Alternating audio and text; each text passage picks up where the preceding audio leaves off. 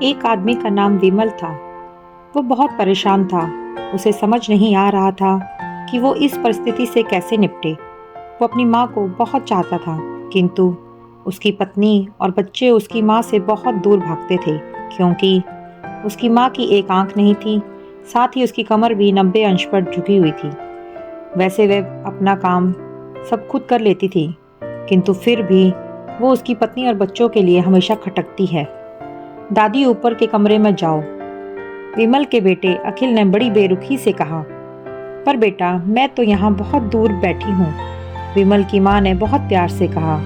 नहीं, आप उनके सामने मत रहो, वो मुझे चिढ़ाते हैं, अखिल ने जोर से डांटते हुए कहा। क्या हुआ अखिल, क्यों चिल्ला रहे हो? विमल की पत्नी कामनी ने किचन से ही आवाज लगाई।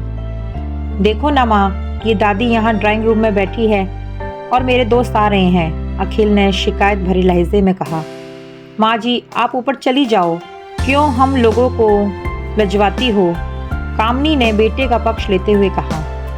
बेचारी सरस्वती चुपचाप उठकर जीने के सहारे ऊपर जाने लगी।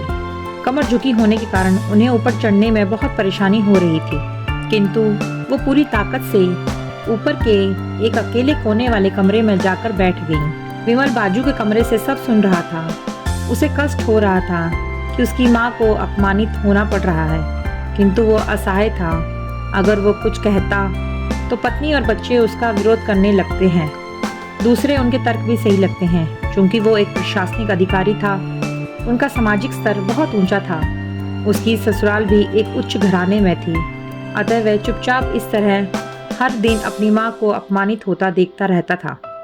रात को विमल की पत्नी ने कहा, देखो जी, आप कुछ करो। कल डायरेक्टर साहब की पत्नी आई थी। माँ जी अपनी देशी धुन धारा में उनसे मिली। मुझे बहुत शर्म आ रही थी, बताते हुए कि ये मेरी सास है। मैंने कह दिया कि ये दूर के रिश्तेदार हैं, इलाज कराने आई हैं। विमल को रोना आ गया, किंतु फिर भी वह चुप रहा। उसे समझ नहीं आ रहा था कि वो क्या करे। अपने बेटे की मानसिक स्थिति को सरस्वती अच्छी तरह से जानती थी और बेटे को कोई कष्ट न हो, इसलिए वह हर बात को चुपचाप सह लेती थी। विमल बहुत उदास रहने लगा।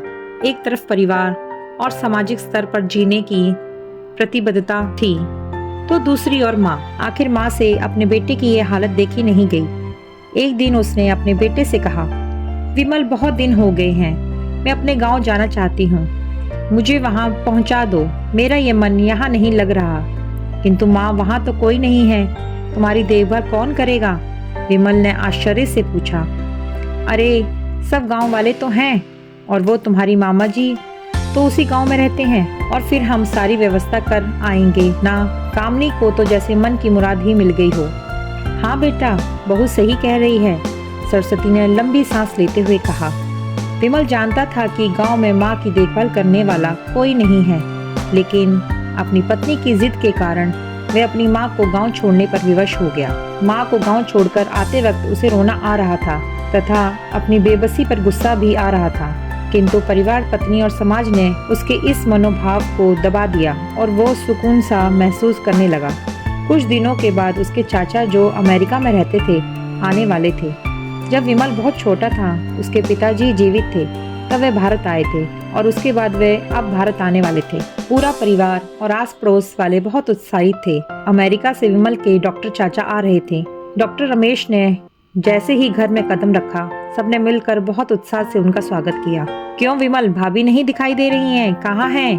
डॉक्टर रमेश ने उत्साह पूर्वक पूछा।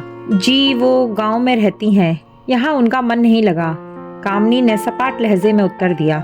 डॉक्टर रमेश ने विमल की ओर देखा तो विमल ने अपनी आंखें झुका ली। डॉक्टर रमेश सब समझ गए। बोले, कल हम भाभी से मिलने गांव चलेंगे सब लोग। दूसरे दिन सभी लोग गांव के घर में पहुंचे। देखा तो सरस्वती को बहुत तेज बुखार है और वह पलंग पर असहाय पड़ी हैं। डॉक्टर रमेश दौड़कर सरस्वती के पास गए, उनके पैर छूकर रोने लगे। सरस्वती की ये हालत उनकी कल्पना से परे थी। वाह बेटा विमल, तूने तो नाम उजागर कर दिया। अपनी माँ की ये हालत देखकर तुझे तो शर्म भी नहीं आ रही होगी।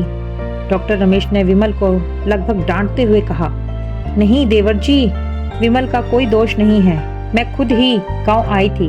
सरस्वती ने अपने बेटे का बचाव किया। मुझे सब पता चल गया है भाभी, आप चुप रहो। क्यों बहू, तुम्हें अपनी सास की कुरूपता पसंद नहीं आई? समाज में तुम्हें नीचा देखना पड़ता है ना? डॉक्टर रमेश ने कामनी की ओर व्यंग से देखा। कामनी निरुत्तर होकर विमल की ओर देखने लगी। आज तुम जिस सामाजिक स्तर पर हो वो इन्हीं के संघर्षों की देन है। और बेटा विमल, तुम्हें शायद मालूम ना हो कि बचपन में जब तुम 1 साल के थे तब छत से नीचे गिरने के कारण तुम्हारी एक आंख फूट गई थी और तुम्हारी रीढ़ की हड्डी में भी समस्या थी। तब तुम्हारी इस कुरूप माँ ने अपनी एक आंख और अपनी बोन मैरो तुम्हें देकर इतना सुंदर स्वरूप दिया था। कामनी बेटा, इतने सालों तक संघर्ष करके बेटे को प्रशासनिक अधिकारी बनाने वाली इस संघर्षशील औरत की तुम लोगों ने ये दशा कर दी। तुम्हें ईश्वर कभी माफ नहीं करेगा। डॉक्टर रमेश की आंखों से अश्रु जल धारा बह रही थी। अब भाभी, आप मेरे साथ अमेरिका जाएंगी, यहाँ इस स्वार्थी लोगों के बीच नहीं रहेंगी। डॉक्टर रमेश ने सरस्वती से कहा। विमल को तो कांटो तो खून नहीं था।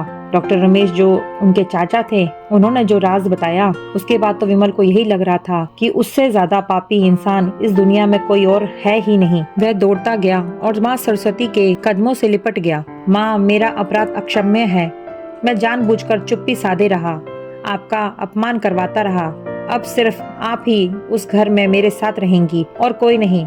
विमल ने अग्रे दृष्टि से अपनी पत्नी और बच्चे को देखा। कामनी को भी बहुत पश्चाताप हो रहा था, किंतु उसकी हिम्मत नहीं हो रही थी कि वो सरस्वती से आंखें मिलाए। सरस्वती ने कामनी की मनस्थिति को समझकर उसको पुचकारते हुए अपने पास बुलाया और विमल को डांटते हुए कहा, खबरदार, मेरी बहू को मुझसे अलग करने की कोशिश की तो तुझे ही घर से बाहर निकाल दूंगी। कामनी और बच्चों ने सरस्वती के पैर पड़ते हुए अपने व्यवहार पर माफी मांगी और माँ के हृदय ने सबको माफ कर दिया। आई होप आपको मेरी ये स्टोरी पसंद आई होगी। अगर आपको ये स्टोरी पसंद आई हो तो प्लीज़ वीडियो को लाइक कीजिएगा, शेयर कीजिएगा और मेरे चैनल को सब्सक्राइब करना ना भूलें और साथ ही साथ बेल आइकन प्रेस कर दें ताकि मेरी आने वाले सभी वीडियो की नोटिफिकेशन आपको सबसे पहले मिल सके। तो चलिए मिलते हैं एक और नई वीडियो के साथ। तब तक के लिए बाय बाय।